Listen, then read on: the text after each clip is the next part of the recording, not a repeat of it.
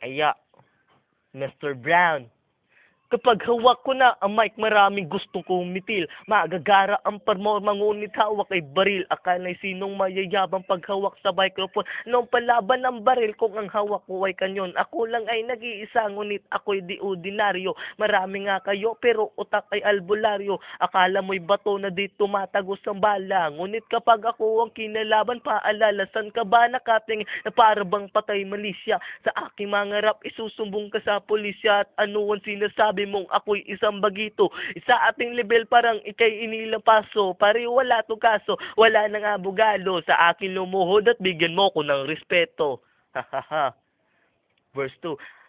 Ako pala ay bata saray at muling nagbabalik o pandurugin ng mga rapper na para bang adik pare. Hindi ako mayabang tulad ng iyong akala.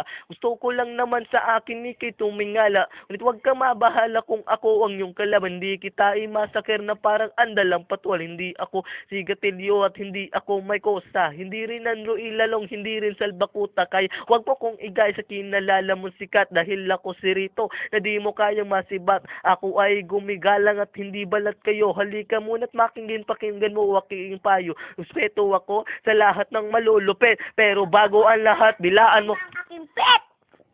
Break it down, yo. Aya, Mr. Brown.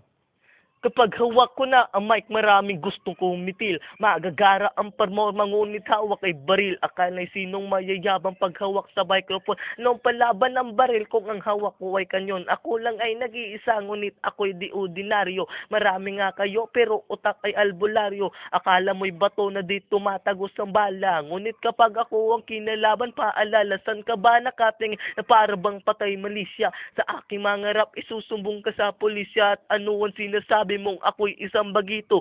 Sa ating level parang ikay inilang paso. Pare wala to kaso, wala nang abogado. Sa akin lumuhod at bigyan mo ko ng respeto. Hahaha. Verse 2.